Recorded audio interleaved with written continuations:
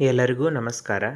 ನಾವಿಂದಿನ ತರಗತಿಯಲ್ಲಿ ಮುಂಬರುವಂತಹ ಮೊರಾರ್ಜಿ ದೇಸಾಯಿ ಆದರ್ಶ ಸ್ಕೂಲ್ ಮತ್ತು ಕಿತ್ತೂರು ರಾಣಿ ಚೆನ್ನಮ್ಮ ವಸತಿ ಶಾಲೆಗಳ ಪ್ರವೇಶ ಪರೀಕ್ಷೆಯ ಬಗ್ಗೆ ಒಂದಿಷ್ಟು ಮಾದರಿ ಪ್ರಶ್ನೆಗಳ ಬಗ್ಗೆ ನಾವಿವತ್ತು ಅಧ್ಯಯನವನ್ನು ಮಾಡೋಣ ಅನ್ನುವಂಥದ್ದು. ಒಂದನೇ ಪ್ರಶ್ನೆ ಏನಿದೆ ನೋಡಿ, ಕೆಳಗಿನವುಗಳಲ್ಲಿ ಹ್ರಸ್ವ ಸ್ವರಾಕ್ಷರಗಳು ಯಾವ್ಯಾವು? ಆಪ್ಷನ್ಸ್ ಎ ಅ, ಇ, ಉ, ಓ ಮತ್ತು ಆಪ್ಷನ್ಸ್ ಬಿ ಅ, ಇ, ಉ, ರು, ಎ, ಓ. ಆಪ್ಷನ್ ಸಿ ಆ, ಇ, ಉ, ಎ, ಐ, ಓ, ಔ. ಆಪ್ಷನ್ಸ್ ಡಿ ಅ, ಇ, ಈ,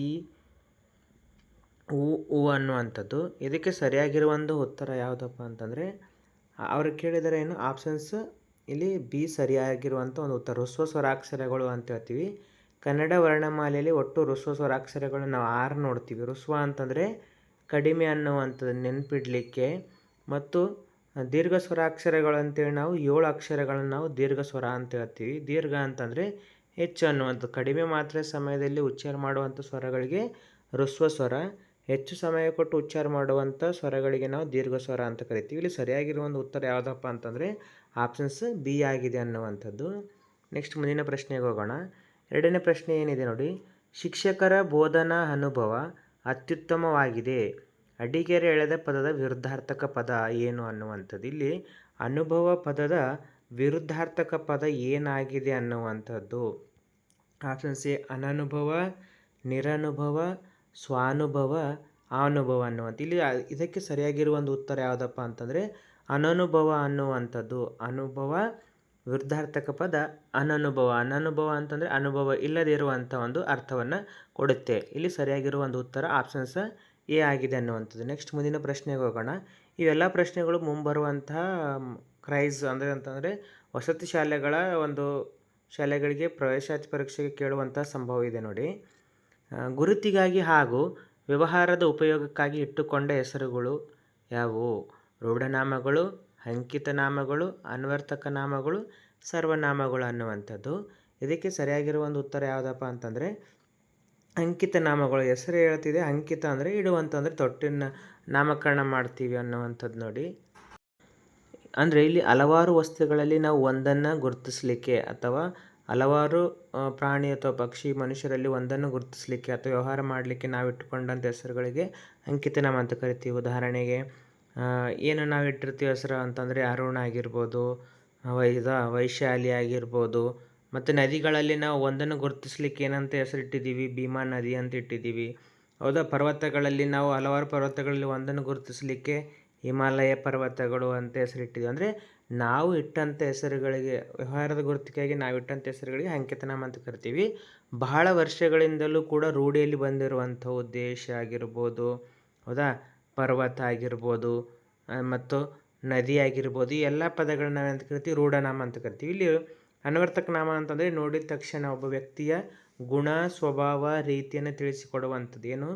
ಗುಣ, ಸ್ವಭಾವ ಮತ್ತು ಆತನ ವೃತ್ತಿಯನ್ನು ತಿಳಿಸುವಂತಿದ್ರೆ ಅನ್ವರ್ಥಕ ನಾಮ ಏನಾಗುತ್ತೆ? ಇಲ್ಲಿ ಒಬ್ಬ ವ್ಯಕ್ತಿಯ ಗುಣ, ಸ್ವಭಾವ ಮತ್ತು ಆತನ ವೃತ್ತಿ ಅಂದ್ರೇನು? ಇಲ್ಲಿ ಕೆಲಸ ಅಂತ ಹೇಳ್ತೀವಿ. ಹೌದಾ?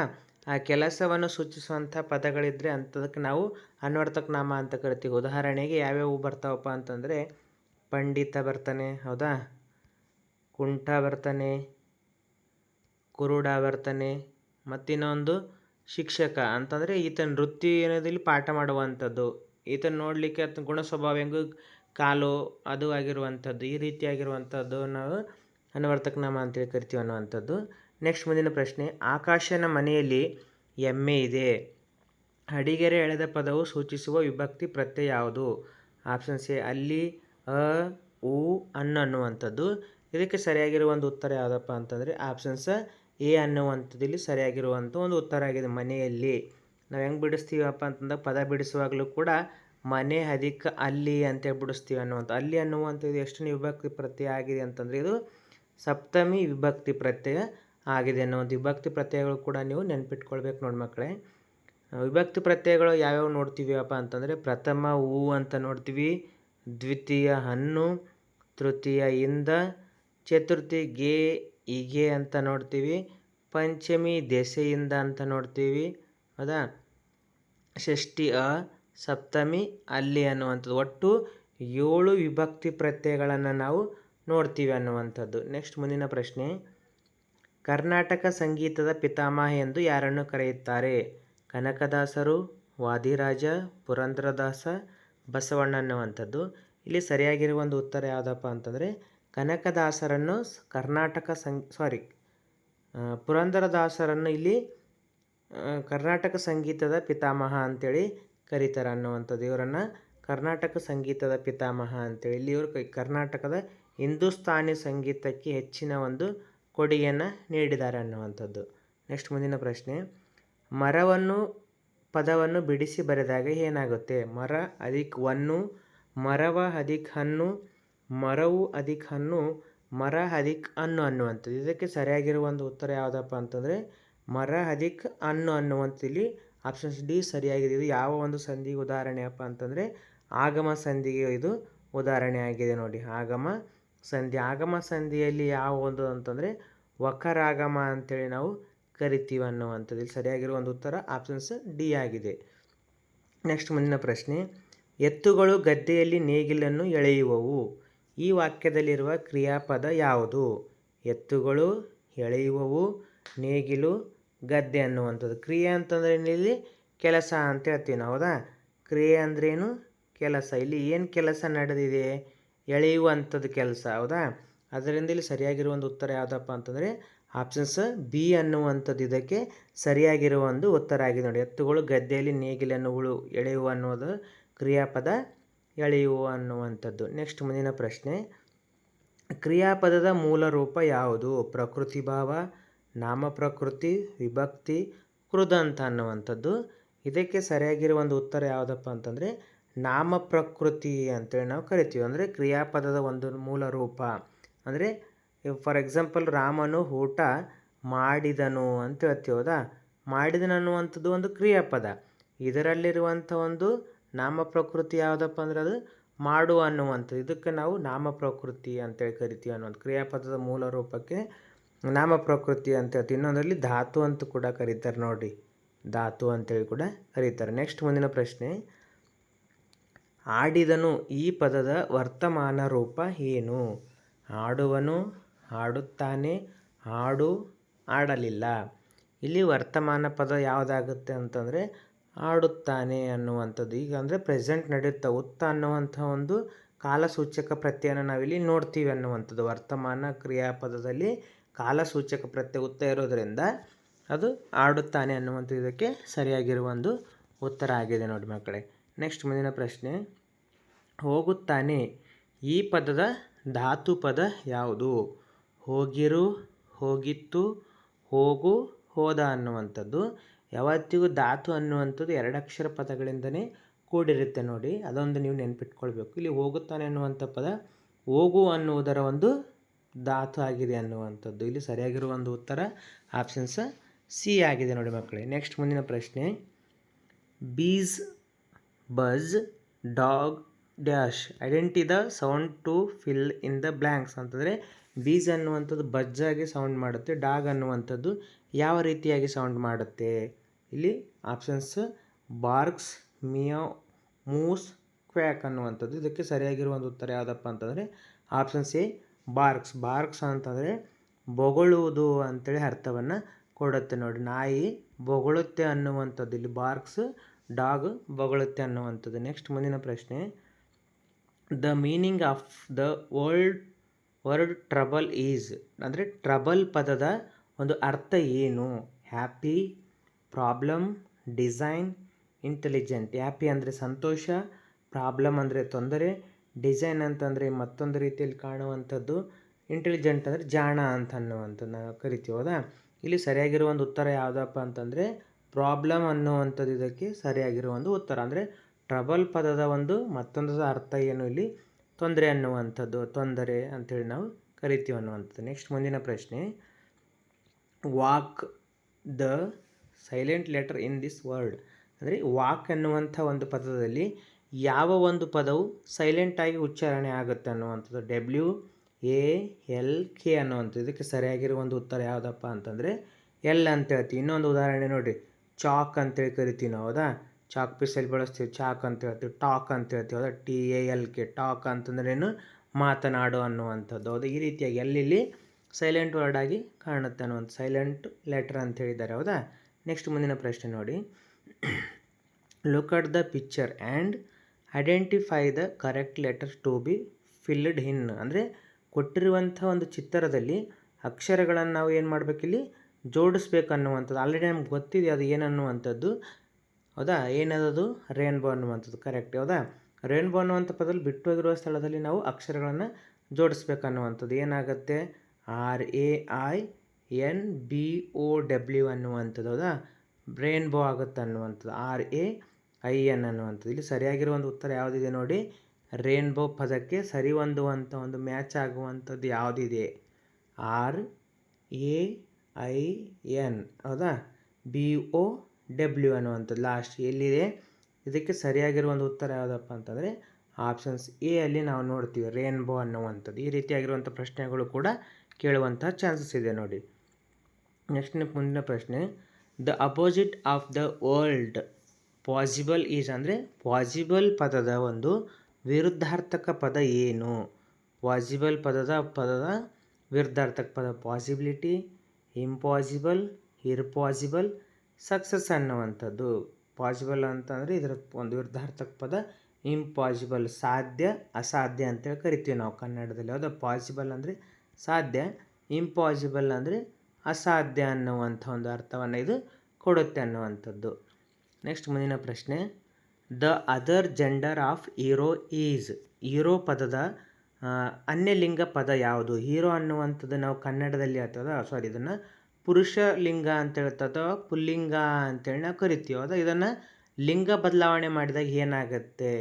Options A heroes, hero, heroine, lady ಅನ್ನುವಂಥದ್ದು. ಇದಕ್ಕೆ ಸರಿಯಾಗಿರುವ ಒಂದು ಉತ್ತರ ಯಾವುದಪ್ಪ ಅಂದರೆ ಆಪ್ಷನ್ ಸಿ, ಹೀರೋಯಿನ್ ಅನ್ನುವಂಥದ್ದು. ಹೀರೋ ಪದದ ಮತ್ತೊಂದು ಭಿನ್ನ ಲಿಂಗ ಪದ ಯಾವುದು. ಇದು ಪುಲ್ಲಿಂಗ, ಹೀರೋ ಪದ ಪುಲ್ಲಿಂಗ ಆದರೆ ಇದರ ಸ್ತ್ರೀಲಿಂಗ ರೂಪ ಏನಾಗುತ್ತೆ. ಅದರ್ ಜೆಂಡರ್ ಅಂತ ಕೇಳಿದ್ದಾರೆ. ಜೆಂಡರ್ ಅಂದರೆ ಇಲ್ಲಿ ಲಿಂಗ ಅನ್ನುವಂಥದ್ದು. ಲಿಂಗ ಬದಲಾವಣೆ ಮಾಡಿದಾಗ ಹೀರೋಯಿನ್ ಆಗುತ್ತೆ. ಇಲ್ಲಿ ಸಿ ಸರಿಯಾಗಿರುವ ಒಂದು ಉತ್ತರ ಆಗಿದೆ ನೋಡಿ.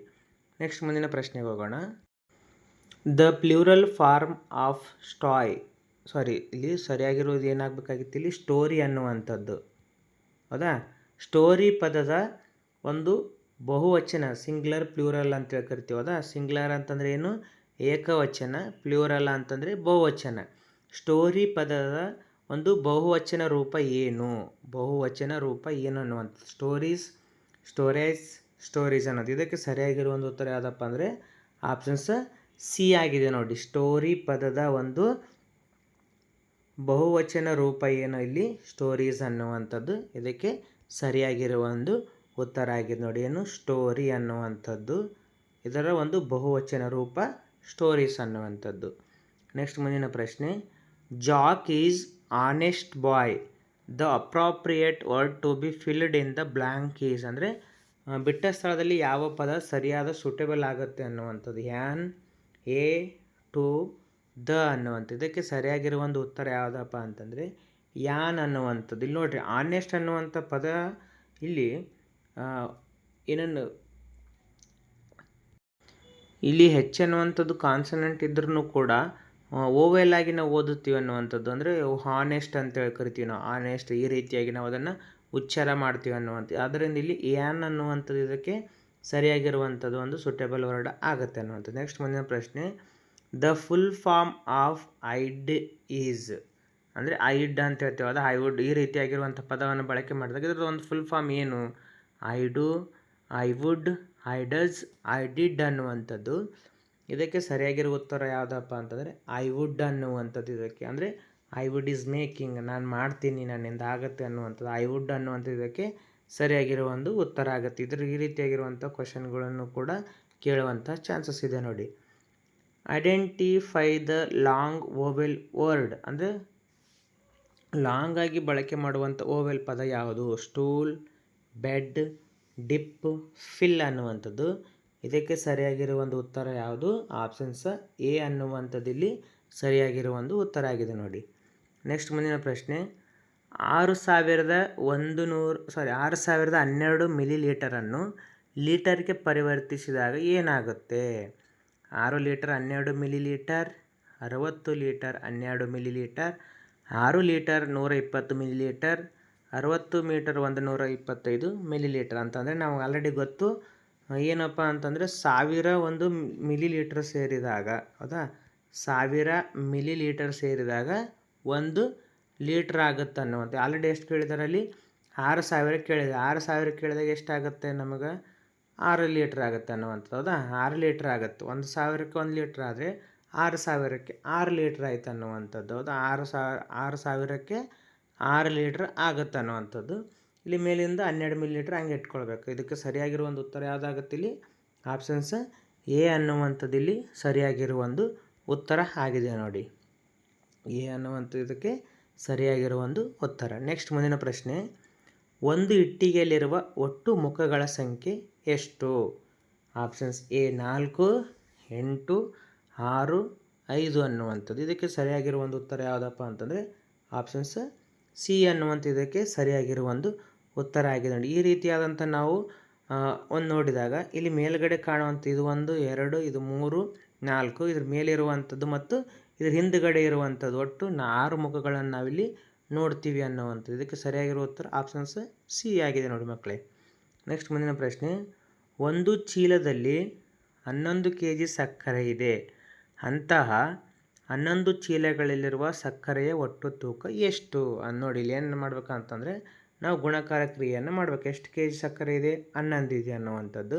ಎಷ್ಟು ಚೀಲ ಕೇಳಿದ್ದಾರೆ ಅವರು? 10 ಚೀಲ, ಹೌದಾ? ಈ ರೀತಿಯಾಗಿರುವಂಥ ಪ್ರಶ್ನೆಗೆ ನಾವು ಗುಣಾಕಾರವನ್ನು ಮಾಡಬೇಕು.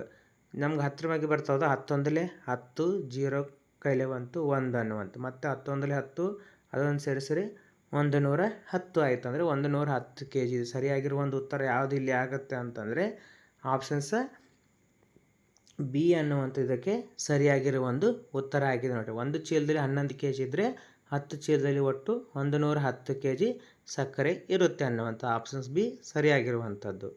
ನೆಕ್ಸ್ಟ್ ಮುಂದಿನ ಪ್ರಶ್ನೆ, ನಿನ್ನ ಬಳಿ ರೂಪಾಯಿ 115.50 ಇದೆ. ನೀನು ರೂಪಾಯಿ 86.25 ಬಣ್ಣದ ಪೆನ್ಸಿಲ್ಗಳನ್ನು ಕೊಂಡುಕೊಂಡರೆ ನಿನ್ನ ಬಳಿ ಉಳಿಯುವ ಹಣ ಎಷ್ಟು? ನೋಡಿರಿ, ನಿನ್ನ ಬಳಿ ಎಷ್ಟಿದೆ ಹಣ ಅಂತಂದರೆ 115 ರೂಪಾಯಿ ಇದೆ, ಹೌದಾ? 115 ಮತ್ತು ಮೇಲ್ಗಡೆ 50 ಪೈಸೆ ಐತೆ. ನೀನು ಎಷ್ಟು ಪೆನ್ಸಿಲ್ ತೆಗೆದುಕೊಳ್ತೀವ? 86.25 ಪೆನ್ಸಿಲ್ ತೊಗೊಳ್ತೀವಿ. ಇದನ್ನು ನಾವೇನು ಮಾಡಬೇಕು? ಕಳಿಬೇಕಾಗತ್ತೆ ಅನ್ನುವಂಥದ್ದು. ಜೀರೋದಾಗ 5 ಕಳಕ್ಕೆ ಬರಲ್ಲ, ಕೈಲೇ ತೊಗೊಳ್ತೀವಿ ನಾವು. ಈ ಕಡೆಯಿಂದ 10 ಹತ್ತಿರದಾಗ 5 ಕಳೆದ್ರೆ 5 ಉಳಿತು, ಹೌದಾ? ಇಲ್ಲಿ 4 1 ಕೊಟ್ಟಿದ್ದೀವಿ, 4 ಉಳಿತು. 4ರಲ್ಲಿ 2 ಕಳೆದ್ರೆ 2 ಅನ್ನುವಂಥದ್ದು. ಇದು ಹಂಗೆ ಇಡೋಣ ಚುಕ್ಕಿ. ಅಂದರೆ ನೆಕ್ಸ್ಟ್ 5ರದಾಗ 6 ಕಳೆಯಕ್ಕೆ ಬರಲ್ಲ, ದಸ್ಕತ್ ತೊಗೊಂಡಿವಿ, 15 ಆಯ್ತು, ಹೌದಾ? 15ರಲ್ಲಿ 6 ಕಳೆದ ಎಷ್ಟು ಉಳಿತದೆ? ಇಲ್ಲಿ 9, ಹೌದಾ? ನೆಕ್ಸ್ಟ್ ಇಲ್ಲಿ ಏನು ಒಂದು ಕೊಟ್ಟಿದ್ದೀವಿ, ಏನೂ ಇಲ್ಲ, ಇಲ್ಲಿ 0 ಉಳಿದಿತ್ತು. ಮತ್ತು ಈ ಕಡೆಯಿಂದ ದಸ್ಕತ್ ತೊಗೊಂಡಿವಿ, 10 ಆಯಿತು. 10ರದಾಗ 8 ಕಳೆದ್ರೆ 2 ಆಯ್ತು ಅನ್ನುವಂಥ. 29 ರೂಪಾಯಿ 25 ಪೈಸೆ ಉಳಿತು ಅನ್ನುವಂಥದ್ದು. ಆದ್ದರಿಂದ ಇಲ್ಲಿ ಸರಿಯಾಗಿರುವ ಒಂದು ಉತ್ತರ ಯಾವುದಿಲ್ಲಿ? ಆಪ್ಷನ್ಸ್ ಬಿ ಅನ್ನುವಂಥದ್ದು ಇದಕ್ಕೆ ಸರಿಯಾಗಿರುವ ಒಂದು ಉತ್ತರ ಆಗಿದೆ ನೋಡಿ ಮಕ್ಕಳೇ. ನೆಕ್ಸ್ಟ್ ಮುಂದಿನ ಪ್ರಶ್ನೆ, 32 ಪೆನ್ಸಿಲ್ಗಳನ್ನು ಕೆಲವು ಹುಡುಗಿಯರಿಗೆ ಸಮಾನವಾಗಿ ಹಂಚಲಾಗಿದೆ. ಪ್ರತಿಯೊಬ್ಬರಿಗೆ 4 ಪೆನ್ನುಗಳು ದೊರೆತರೆ ಹುಡುಗರ ಸಂಖ್ಯೆಯು ಎಷ್ಟು? ಹುಡುಗಿಯರ ಸಂಖ್ಯೆ ಎಷ್ಟು ಅನ್ನುವಂಥದ್ದು ಆಗಬೇಕಾಗಿತ್ತು ನೋಡಿ. ಹುಡುಗಿಯರ ಸಂಖ್ಯೆ ಎಷ್ಟು ಅನ್ನುವಂಥದ್ದು ಇಲ್ಲಿ 32 ಪೆನ್ಸಿಲ್ಗಳಿದ್ದಾವೆ. 32 ಪೆನ್ಸಿಲ್ಗಳಿದ್ದಾವೆ.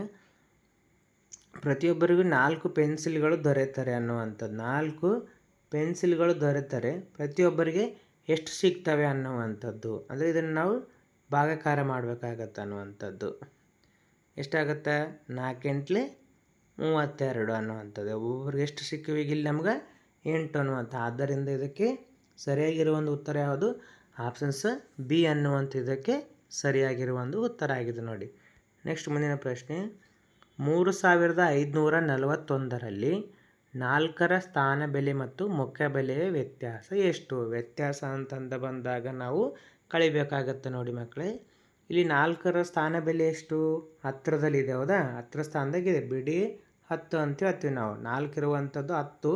ಆದ್ದರಿಂದ ಅದರ ಸ್ಥಾನ ಬೆಲೆ ಎಷ್ಟಾಗುತ್ತೆ? ಇಲ್ಲಿ ನಮಗೆ 40 ಆಗುತ್ತೆ ಅನ್ನುವಂಥದ್ದು, ಹೌದಾ? ಬಿಡಿ ಇದು 10 ಅನ್ನುವಂಥದ್ದು. ಆದ್ದರಿಂದ ಅದು 10. ಅದರ ಒಂದು ಮುಖ ಬೆಲೆ ಎಷ್ಟಿದೆ? 4 ಇದೆ. ಅದಾಗ ನಾವು ಏನು ಹೇಳಿದ್ವಿ ಆವಾಗಲೇ? ವ್ಯತ್ಯಾಸ ಅಂತ ಬಂದಾಗ ಕಳಿಬೇಕಾಗತ್ತೆ ಅನ್ನುವಂಥದ್ದು. ಜೀರೋದಾಗ ಕಳೆಯಕ್ಕೆ ಬರಲ್ಲ, ದಸ್ಕತ್ ತೊಗೊಳ್ತೀವಿ. 10 ಆಯಿತು, 10ರಲ್ಲಿ 4 ಕಳೆದ್ರೆ 6, ಒಂದು ದಸ್ಕ ಕೊಟ್ಟಿದ್ದೀವಿ. ಇನ್ನೂ ಎಷ್ಟು ಉಳಿತು ಇಲ್ಲಿ? 3 ಉಳಿತು ಅನ್ನುವಂಥ. ಇದರ ವ್ಯತ್ಯಾಸ ಎಷ್ಟಾಗುತ್ತೆ ಇಲ್ಲಿ? 36 ಆಗಿದೆ ಅನ್ನುವಂಥ. ಆದ್ದರಿಂದ ಇದಕ್ಕೆ ಸರಿಯಾಗಿರುವ ಒಂದು ಉತ್ತರ ಯಾವುದು? ಆಪ್ಷನ್ಸ್ ಸಿ ಅನ್ನುವಂಥ ಇದಕ್ಕೆ ಸರಿಯಾಗಿರುವ ಒಂದು ಉತ್ತರ. ನಿಮ್ಗೆ ಮುಂದೆ 100 ಸ್ಥಾನ ಕೇಳ್ಬೋದು ಅಥವಾ 1000 ಸ್ಥಾನ ಕೇಳುವಂಥ ಚಾನ್ಸಸ್ ಇದೆ ನೋಡಿ. ನೆಕ್ಸ್ಟ್ ಮುಂದಿನ ಪ್ರಶ್ನೆ. ರೈತನೊಬ್ಬನು 3458 ಕಿಲೋಗ್ರಾಂ ಭತ್ತವನ್ನು ಬೆಳೆದನು. ಅದರಲ್ಲಿ ಮನೆಯ ಬಳಕೆಗಾಗಿ 2567 ಕಿಲೋಗ್ರಾಂ ಭತ್ತವನ್ನು ಇಟ್ಟುಕೊಂಡು ಉಳಿದ ಭತ್ತವನ್ನು ಮಾರಾಟ ಮಾಡಿದನು. ಅವನು ಮಾರಾಟ ಮಾಡಿದ ಒಟ್ಟು ಭತ್ತದ ಪ್ರಮಾಣ ಎಷ್ಟು? ಅದಕ್ಕೆ ನಾವೇನು ಮಾಡಬೇಕಾಗತ್ತೆ ಇಲ್ಲಿ? ಕಳಿಬೇಕಾಗತ್ತೆ ಅನ್ನುವಂಥದ್ದು ನೋಡಿ. ಆತನಲ್ಲಿರುವಂಥದ್ದು 3458 ಕಿಲೋಗ್ರಾಮ್ ಅಥವಾ ಕೆ ಜಿ ಅಂತ ಹೇಳ್ತೀವಿ. ಆತ ಇಟ್ಕೊಂಡಿರುವಂಥದ್ದು 3567. ಇವಾಗ ಕಳಿಬೇಕು ನಾವು. ಹೌದಾ? 8ರಲ್ಲಿ 7 ಕಳೆದ್ರೆ 1, 5ರಲ್ಲಿ 6 ಕಳೆಯಕ್ಕೆ ಬರಲ್ಲ, ದಸ್ಕತ್ ತೊಗೊಳ್ಬೇಕು. 9 ಉಳಿತವದಾ? ದಸ್ಕತ್ ತೊಗೊಂಡು 15 ಆಯಿತು, 15ರಲ್ಲಿ 6 ಕಳೆದ್ರೆ 9, ಮತ್ತು ಇಲ್ಲಿ 3 ಉಳಿತು. 3ರಲ್ಲಿ ಕಳೆಯಕ್ಕೆ ಬರಲ್ಲ, ನಾವು ದಸ್ಕತ್ ತೊಗೊಳ್ಳೋಣ ಈ ಕಡೆಯಿಂದ. ಮತ್ತೆ 13 ಆಯಿತು. 13ರಲ್ಲಿ 5 ಕಳೆದ್ರೆ ಎಷ್ಟಾಗುತ್ತೆ? 8 ಆಗುತ್ತೆ. ದಸ್ಕ ಕೊಟ್ಟಿದ್ದೀವಿ. ಇಲ್ಲಿ ಇನ್ನೂ ಎಷ್ಟು ಉಳಿದಿತ್ತು? ಇಲ್ಲಿ 2 ಉಳಿದಿತ್ತು ಅನ್ನುವಂಥದ್ದು. ಹೌದಾ? 2ರಲ್ಲಿ 2 ಕಳೆದ್ರೆ 0 ಅಂತ ಹೇಳ್ತೀವಿ. ಒಟ್ಟು 891 ಕೆ ಜಿ ಆಗೋದ್ರಿಂದ ಆತನ ಮಾರಾಟ ಮಾಡಿದ್ದೆಷ್ಟು ಅಂತಂದರೆ 891 ಕೆ ಜಿ ಆತ ಭತ್ತವನ್ನು ಮಾರಾಟ ಮಾಡ್ತಾನೆ ಅನ್ನುವಂಥ. ಅದರಿಂದಲೇ ಬಿ ಅನ್ನುವಂಥದ್ದಕ್ಕೆ ಸರಿಯಾಗಿರುವ ಒಂದು ಉತ್ತರ ನೋಡಿ. ನೆಕ್ಸ್ಟ್ ಮುಂದಿನ ಪ್ರಶ್ನೆ. 845 ಮತ್ತು 532ರ ನಡುವಿನ ವ್ಯತ್ಯಾಸ ನೋಡಿ. ಆವಾಗಲೇ ಹೇಳಿದೆ ನಾನು, ವ್ಯತ್ಯಾಸ ಅಂತ ಬಂದಾಗ ಕಳಿಬೇಕಾಗತ್ತೆ ಅನ್ನುವಂಥ. ಇದು ಕೂಡ ಇದನ್ನು ಕಳಿಬೇಕಾಗತ್ತೆ ನೋಡ್ರಿ. 845, 532 ಅನ್ನುವಂಥದ್ದು. ಇದಕ್ಕೆ ಕಳಿಬೇಕಾಗಿದೆ. 5ರಲ್ಲಿ 2 ಕಳೆದ್ರೆ 3, 4ರಲ್ಲಿ 3 ಕಳೆದ್ರೆ 1, 8ರಲ್ಲಿ 5 ಕಳೆದ್ರೆ 3 ಅನ್ನುವಂಥ. ಆದ್ದರಿಂದ ಇದಕ್ಕೆ ಸರಿಯಾಗಿರುವ ಒಂದು ಉತ್ತರ ಯಾವುದು? ಆಪ್ಷನ್ಸ್ ಬಿ ಆಗಿದೆ ಅನ್ನುವಂಥ. ಈ ರೀತಿಯಾಗಿರುವಂಥ ಪ್ರಶ್ನೆಗಳನ್ನು ಕೂಡ ಕೇಳ್ತಾರೆ ನೋಡಿ. ನೆಕ್ಸ್ಟ್ ಮುಂದಿನ ಪ್ರಶ್ನೆ. 8095 ಅಂಕಿಗಳನ್ನು ಪುನಃ ಉಪಯೋಗಿಸದೆ ರಚಿಸಬಹುದಾದ ಗರಿಷ್ಠ ಸಂಖ್ಯೆ. ಆಲ್ರೆಡಿ ಏನು ಕೇಳಿದರೆ ಅವರು ಗರಿಷ್ಠ ಸಂಖ್ಯೆಯನ್ನು ಕೇಳಿರೋದ್ರಿಂದ ನಾವೇನು ಮಾಡಬೇಕು? ಮೊದಲಿಗೆ ಗರಿಷ್ಠ ಸಂಖ್ಯೆ ಯಾವುದು ಅಂತ ನೋಡ್ಕೊಳ್ಬೇಕು. ಇದರಲ್ಲಿ ಗರಿಷ್ಠ ಸಂಖ್ಯೆ ಯಾವುದಿದೆ? 9 ಇದೆ. ಆನಂತರ ಯಾವುದಿದೆ? 8 ಇದೆ. ಆನಂತರ ಯಾವುದಿದೆ? 5. ಕೊನೆಯದಾಗಿ ಬರುತ್ತೆ 0. ಆದ್ದರಿಂದ ಇದಕ್ಕೆ 9850. ಆದ್ದರಿಂದ ಇಲ್ಲಿ ಎಲ್ಲಿದೆ? 9850. ಸಿ ಅನ್ನುವಂಥ ಇದಕ್ಕೆ ಸರಿಯಾಗಿರುವ ಒಂದು ಉತ್ತರ. ಕನಿಷ್ಠ ಅಂತ ಬಂದಾಗ ನಾವೇನು ಮಾಡ್ಬೇಕು? ಇಲ್ಲಿ ಫಸ್ಟಿಗೆ ಚಿಕ್ಕ ಸಂಖ್ಯೆನ ಬರ್ಕೋಬೇಕು. ಕನಿಷ್ಠ ಅಂತಂದಾಗ ಚಿಕ್ಕ ಸಂಖ್ಯೆನ ಬರಬೇಕು. 5, 8, 9 ಈ ರೀತಿ ಚಿಕ್ಕ ಸಂಖ್ಯೆ ಆಗುತ್ತೆ ನೋಡಿ. ಗರಿಷ್ಠ ಅಂದಾಗ ದೊಡ್ಡ ಸಂಖ್ಯೆಯನ್ನು ಬಳಸಬೇಕಾಗತ್ತೆ. ನೆಕ್ಸ್ಟ್ ಮುಂದಿನ ಪ್ರಶ್ನೆ. 3099ರ ಮುಂದಿನ ಸಂಖ್ಯೆ ಯಾವುದು? 4000, 3200, 3100, 3199. ಇದಕ್ಕೆ ಸರಿಯಾಗಿರುವ ಒಂದು ಉತ್ತರ ನೋಡಿ. ಈ ರೀತಿ ಕೊಟ್ಟಿರುವಂಥ ಪ್ರಶ್ನೆಯನ್ನು ನೀಟಾಗಿ ಅಬ್ಸರ್ವ್ ಮಾಡಬೇಕು. ಒಂದೊಂದ್ಸರಿ 3099 99 ಆದ್ಮೇಲೆ 100 ಬರುತ್ತಾ? ಈ ರೀತಿಯಾದಂಥ ಕನ್ಫ್ಯೂಸ್ ಆಗುವಂಥ ಚಾನ್ಸಸ್ ಇದೆ ನೋಡಿ. ಇದಕ್ಕೆ ಸರಿಯಾಗಿರುವ ಒಂದು ಉತ್ತರ ಯಾವುದಪ್ಪ ಅಂದರೆ ಆಪ್ಷನ್ಸ್ ಸಿ ಇದಕ್ಕೆ ಸರಿಯಾಗಿರುವ ಒಂದು ಉತ್ತರ ಆಗಿದೆ ನೋಡಿ. ನೆಕ್ಸ್ಟ್ ಮುಂದಿನ ಪ್ರಶ್ನೆ. ವಿಟಮಿನ್ ಎ ಕೊರತೆಯಿಂದ ಬರುವ ರೋಗ ಯಾವುದು? ಬೇರಿ ಬೇರಿ, ಸ್ಕರ್ವಿ, ಇರುಳುಕೂಡು, ರಿಕೆಟ್ಸ್ ಅನ್ನುವಂಥದ್ದು. ಇದಕ್ಕೆ ಸರಿಯಾಗಿರುವ ಒಂದು ಉತ್ತರ ಯಾವುದಪ್ಪ ಅಂತಂದರೆ ಇರುಳುಕುರುಡು ಅನ್ನುವಂಥದ್ದು ಇದಕ್ಕೆ ಸರಿಯಾಗಿರುವ ಒಂದು ಉತ್ತರ ಆಗಿದೆ ನೋಡಿ. ಈ ಬೇಸ್ಕರಿ ಅಂತೇಳಿ ನಾವು ನೆನ್ಪಿಟ್ಕೊಳ್ಬೇಕು. ಈ ಬೇಸ್ಕರಿ ಅಂದರೆ ವಿಟಮಿನ್ ಎ ಇಂದ ಇರುಳುಕುರುಡು, ವಿಟಮಿನ್ ಬಿ ಇಂದ ಬೇರಿ ಬೇರಿ, ವಿಟಮಿನ್ ಸಿ ಇಂದ ಸ್ಕರ್ವಿ, ವಿಟಮಿನ್ ಡಿ ಇಂದ ರಿಕೆಟ್ಸ್ ಅನ್ನುವಂಥ ಈ ಬೇಸ್ಕರಿ ಅಂತೇಳಿ ನಾವು ಈ ರೀತಿಯಾದಂಥ ಕೋಡನ್ನು ನೆನ್ಪಿಟ್ಕೊಳ್ಬೇಕು ಅನ್ನುವಂಥದ್ದು. ಇಲ್ಲಿ ಸರಿಯಾಗಿರುವ ಒಂದು ಉತ್ತರ ಆಪ್ಷನ್ಸ್ ಸಿ ಆಗಿದೆ ನೋಡಿ. ನೆಕ್ಸ್ಟ್ ಮುಂದಿನ ಪ್ರಶ್ನೆ. ಹೃದಯ ಬಡಿತ ಪರೀಕ್ಷಿಸಲು ಉಪಯೋಗಿಸುವ ಉಪಕರಣ ಯಾವುದು? ಸ್ಟೆಥೋಸ್ಕೋಪ್, ಸೂಕ್ಷ್ಮದರ್ಶಕ, ಅನಿಮೋಮೀಟರ್, ಹೈಡ್ರೋಮೀಟರ್ ಅನ್ನುವಂಥದ್ದು. ಇದಕ್ಕೆ ಸರಿಯಾಗಿರುವ ಒಂದು ಉತ್ತರ ಯಾವುದಪ್ಪ ಅಂತಂದರೆ ಸ್ಟೆಥೋಸ್ಕೋಪು ಅಂತ ಹೇಳ್ತೀವಿ ನಾವು. ಹೌದಾ? ಸ್ಟೆಥೋಸ್ಕೋಪ್ ಡಾಕ್ಟರ್ ಹತ್ರಗಳಲ್ಲಿ ಇರುತ್ತೆ ನೋಡಿ. ಸ್ಟೆಥೋಸ್ಕೋಪಿಂದ ಹೃದಯದ ಬಡಿತವನ್ನು ಉಪಯೋಗ ಮಾಡ್ತಾರೆ ಅನ್ನುವಂಥ. ಸೂಕ್ಷ್ಮದರ್ಶಕ ಅಂತಂದರೆ ಸೂಕ್ಷ್ಮಾಣು ಜೀವಿಗಳನ್ನು ನೋಡಲಿಕ್ಕೆ ಅಂತೇಳಿ ನಾವು ಇದನ್ನು ಬಳಕೆ ಮಾಡ್ತೀವಿ. ಅನಿಮೋಮೀಟ್ರ್ ಯಾವುದಕ್ಕೆ ಬಳಕೆ ಮಾಡ್ತಾರೆ? ಗಾಳಿಯ ಒಂದು ವೇಗವನ್ನು ಕಂಡುಹಿಡಿಲಿಕ್ಕೆ. ಹೈಡ್ರೋಮೀಟ್ರ್ ಯಾವುದಕ್ಕೆ ಬಳಸ್ತೀವಪ್ಪ ಅಂತಂದರೆ ಒತ್ತಡವನ್ನು ಕಂಡುಹಿಡಿಲಿಕ್ಕೆ ಬಳಸ್ತಾರೆ ಅನ್ನುವಂಥದ್ದು ನೋಡಿ. ನೆಕ್ಸ್ಟ್ ಮುಂದಿನ ಪ್ರಶ್ನೆ, ಸಸ್ಯಗಳ ದ್ಯುತಿಸಂಶ್ಲೇಷಣೆಗೆ ಅಗತ್ಯವಾದ ಅನಿಲ ಯಾವುದು? ಆಮ್ಲಜನಕ, ಇಂಗಾಲದ ಡೈಆಕ್ಸೈಡ್, ಓಜೋನ್, ನೈಟ್ರೋಜನ್ ಅನ್ನುವಂಥದ್ದು. ಇದಕ್ಕೆ ಸರಿಯಾಗಿರುವ ಒಂದು ಉತ್ತರ ಯಾವುದು? ಆಪ್ಷನ್ಸ್ ಬಿ, ಇಂಗಾಲದ ಡೈಆಕ್ಸೈಡ್ ಇದಕ್ಕೆ ಸರಿಯಾಗಿರೋ ಒಂದು ಉತ್ತರ. ಅಂದರೆ ಅದು ಇಂಗಾಲದ ಡೈಆಕ್ಸೈಡನ್ನು ತೆಗೆದುಕೊಂಡು ಆಮ್ಲಜನಕವನ್ನು ಹೊರಗಡೆ ಬಿಡುತ್ತನ್ನುವಂಥದ್ದು. ಇದಕ್ಕೆ ಸರಿಯಾಗಿರೋ ಒಂದು ಉತ್ತರ ಆಪ್ಷನ್ಸ್ ಬಿ ಆಗಿದೆ ನೋಡಿ. ನೆಕ್ಸ್ಟ್ ಮುಂದಿನ ಪ್ರಶ್ನೆ, ಮಾಂಸಾಹಾರಿ ಪ್ರಾಣಿಗೆ ಒಂದು ಉದಾಹರಣೆ ಕೊಡಿ. ಮಾಂಸಾಹಾರಿಗೆ ಮನುಷ್ಯ, ಕರಡಿ, ಜಿಂಕೆ, ಸಿಂಹ ಅನ್ನುವಂಥ. ಇದಕ್ಕೆ ಸರಿಯಾಗಿರೋ ಒಂದು ಉತ್ತರ ಯಾವುದು? ಆಪ್ಷನ್ಸ್ ಡಿ ಇಲ್ಲಿ ಸರಿಯಾಗಿರೋ ಒಂದು ಉತ್ತರ ಆಗಿದೆ ನೋಡಿ. ಮಾಂಸವನ್ನು ತಿನ್ನುವಂಥ ಪ್ರಾಣಿ ಯಾವುದು? ಇಲ್ಲಿ ಸಿಂಹ. ಆದ್ದರಿಂದ ಇದು ಸಿಂಹಕ್ಕೆ ಉದಾಹರಣೆ ಆಗಿದೆ. ಮನುಷ್ಯ ಮತ್ತು ಕರಡಿ ಇವೆರಡು ಯಾವುದಕ್ಕೆ ಉದಾಹರಣೆ ಆಗ್ತಾವಪ್ಪ ಅಂತಂದರೆ ಮಿಶ್ರಾಹಾರಿಗೆ, ಮಾಂಸ ಮತ್ತು ಸಸ್ಯವನ್ನು ತಿನ್ನುವಂಥ. ಇದು ಕೇವಲ ಸಸ್ಯವನ್ನು ತಿನ್ನುವುದರಿಂದ ಇದನ್ನು ನಾವು ಸಸ್ಯಾಹಾರಿ ಅಂತೇಳಿ ಕರಿತೀವಿ ಜಿಂಕೆ ಅನ್ನೋದಾ.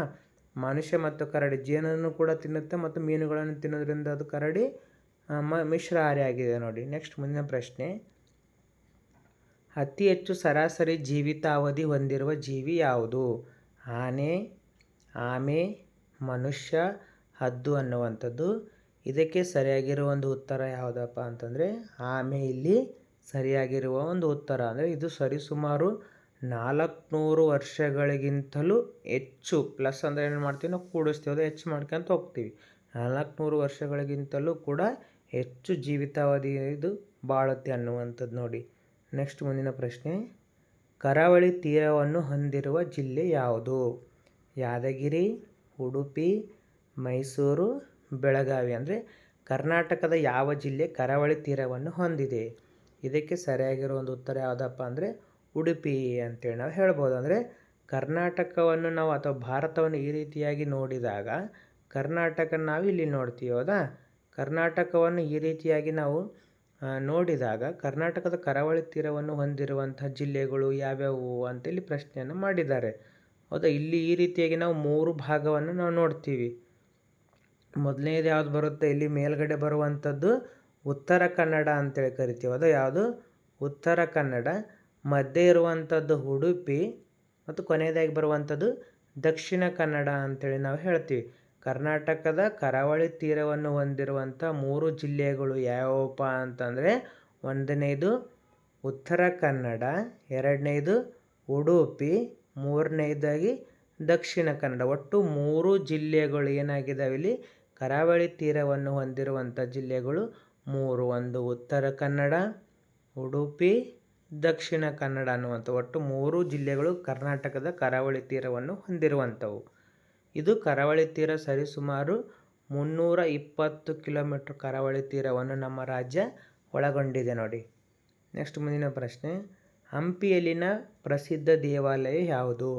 ವಿರೂಪಾಕ್ಷ ದೇವಾಲಯ, ಮರುಳೇಶ್ವರ ದೇವಾಲಯ, ಪಾತಾಳೇಶ್ವರ ದೇವಾಲಯ, ಸೋಮನಾಥ ದೇವಾಲಯ ಅನ್ನುವಂಥದ್ದು.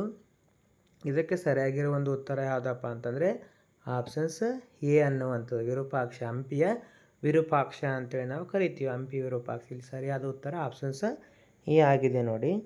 ನೆಕ್ಸ್ಟ್ ಮುಂದಿನ ಪ್ರಶ್ನೆಗೆ ಹೋಗೋಣ. ಮುಂದಿನ ಪ್ರಶ್ನೆ ಏನಿದೆ ನೋಡಿ, ಭಾರತದ ರಾಷ್ಟ್ರೀಯ ಹೂ ಯಾವುದು? ಗುಲಾಬಿ, ಸೂರ್ಯಕಾಂತಿ, ಕಮಲ, ದಾಸವಾಳ ಅನ್ನುವಂಥದ್ದು. ಇದಕ್ಕೆ ಸರಿಯಾಗಿರೋ ಒಂದು ಉತ್ತರ ಯಾವುದಪ್ಪ ಅಂತಂದರೆ ಆಪ್ಷನ್ಸ್ ಸಿ, ಕಮಲ ಅನ್ನುವಂಥ. ರಾಷ್ಟ್ರೀಯ ಚಿಹ್ನೆಗಳು ಕೂಡ ನಮಗೆ ಗೊತ್ತಿರಬೇಕು ನೋಡಿ. ರಾಷ್ಟ್ರೀಯ ಪ್ರಾಣಿ ಅಂತ ಯಾವುದನ್ನು ಕರಿತೀವಿ ನಾವು? ಹುಲಿಯನ್ನು ಕರಿತೀವಿ, ಹೌದಾ? ರಾಷ್ಟ್ರೀಯ ಪ್ರಾಣಿ. ಪಕ್ಷಿ ಯಾವುದಿದೆ? ನವಿಲು ಅಂತ ಹೇಳ್ತೀವಿ, ಹೌದಾ? ಮತ್ತು ರಾಷ್ಟ್ರೀಯ ಲಾಂಛನ ಯಾವುದಿದೆ? ಸಿಂಹ ಬೋಧಿಗೆ ಅಂತ ಹೇಳ್ತೀವಿ, ಹೌದಾ? ಸಿಂಹ ಬೋಧಿಗೆ ಅಂತ ನಾವು ಕರಿತೀವಿ ಅನ್ನುವಂಥ ಈ ರೀತಿಯಾದಂಥ ರಾಷ್ಟ್ರೀಯ ಲಾಂಛನಗಳು ಕೂಡ ನಮಗೆ ಗೊತ್ತಿರಬೇಕಾಗತ್ತೆ ನೋಡಿ. ಇಲ್ಲಿ ಸರಿಯಾಗಿರುವ ಒಂದು ಉತ್ತರ ಯಾವುದು? ಆಪ್ಷನ್ಸ್ ಸಿ ಅನ್ನುವಂಥದ್ದು. ನೆಕ್ಸ್ಟ್ 39ನೇ ಪ್ರಶ್ನೆ, ಭಾರತ ಸರ್ಕಾರ ನೀಡುವ ಅತ್ಯುನ್ನತ ಕ್ರೀಡಾ ಪ್ರಶಸ್ತಿ ಯಾವುದು? ಭಾರತ ರತ್ನ, ಪದ್ಮಶ್ರೀ, ಅರ್ಜುನ್ ಪ್ರಶಸ್ತಿ, ಖೇಲ್ ರತ್ನ ಅನ್ನುವಂಥದ್ದು. ಇದಕ್ಕೆ ಸರಿಯಾಗಿರುವ ಒಂದು ಉತ್ತರ ಯಾವುದಪ್ಪ ಅಂತಂದರೆ ಆಪ್ಷನ್ಸ್ ಡಿ ಇಲ್ಲಿ ಸರಿಯಾಗಿರುವ ಒಂದು ಉತ್ತರ ಆಗಿದೆ ನೋಡಿ. ಕ್ರೀಡೆಗೋಸ್ಕರ ನೀಡುವಂಥ ಅತ್ಯುನ್ನತ ಪ್ರಶಸ್ತಿ ರಾಜೀವ್ ಗಾಂಧಿ ಖೇಲ್ ರತ್ನ ಅಂತೇಳಿ ಕರಿತೀವಿ. ಮತ್ತು ನಾಗರಿಕರಿಗೆ ನೀಡುವಂತಂದರೆ ಒಟ್ಟಾರೆಯಾಗಿ ಭಾರತದಲ್ಲಿ ಕ್ರೀಡೆಯನ್ನು ಬಿಟ್ಟು ನಾಗರಿಕ ಪ್ರಶಸ್ತಿ ಯಾವುದಪ್ಪ ಅಂದರೆ ಭಾರತದಲ್ಲಿರುವ ಅತ್ಯುನ್ನತ ನಾಗರಿಕ ಪ್ರಶಸ್ತಿ ಅಂತ ಬಂದಾಗ ಭಾರತ ರತ್ನ ಆಗುತ್ತೆ. ಅತ್ಯುನ್ನತ ಕ್ರೀಡಾ ಪ್ರಶಸ್ತಿ ಅಂತ ಬಂದಾಗ ರಾಜೀವ್ ಗಾಂಧಿ ಖೇಲ್ ರತ್ನ ಪ್ರಶಸ್ತಿ ಆಗುತ್ತೆ ನೋಡಿ. ಎರಡನ್ನು ನೀವು ನೆನಪಿಟ್ಕೊಳ್ಬೇಕಿಲ್ಲಿ. ನೆಕ್ಸ್ಟ್ ಕೊನೆಯ ಪ್ರಶ್ನೆ, ಅಂತಾರಾಷ್ಟ್ರೀಯ ಮಹಿಳಾ ದಿನಾಚರಣೆ ಯಾವಾಗ ಆಚರಿಸಲಾಗುತ್ತದೆ? ಮಾರ್ಚ್ 10, ಮಾರ್ಚ್ 8, ಏಪ್ರಿಲ್ 6, ಮೇ 5ರಂದು. ಇದಕ್ಕೆ ಸರಿಯಾಗಿರುವ ಒಂದು ಉತ್ತರ ಯಾವುದಪ್ಪ ಅಂದರೆ ಆಪ್ಷನ್ಸ್ ಬಿ, ಮಾರ್ಚ್ 8ರಂದು ಪ್ರತಿ ವರ್ಷ ನಾವೇನು ಮಾಡ್ತೀವಿ ಅಂತಂದರೆ ಅಂತಾರಾಷ್ಟ್ರೀಯ ಮಹಿಳಾ ದಿನಾಚರಣೆಯನ್ನಾಗಿ ಆಚರಿಸ್ತೀವಿ ಅನ್ನುವಂಥದ್ದು. ಇಷ್ಟಾಗಿತ್ತು ಇವತ್ತಿನ ಒಂದು ಪ್ರಮುಖ ಪ್ರಶ್ನೆಗಳು ಅಂದರೆ ಮಾಡೆಲ್ ಪ್ರಶ್ನೆಗಳು. ಮುಂದಿನ ತರಗತಿಯಲ್ಲಿ ಮತ್ತೊಂದಿಷ್ಟು ಪ್ರಶ್ನೆಗಳ ಜೊತೆಗೆ ಸಿಗೋಣ. ಧನ್ಯವಾದಗಳು.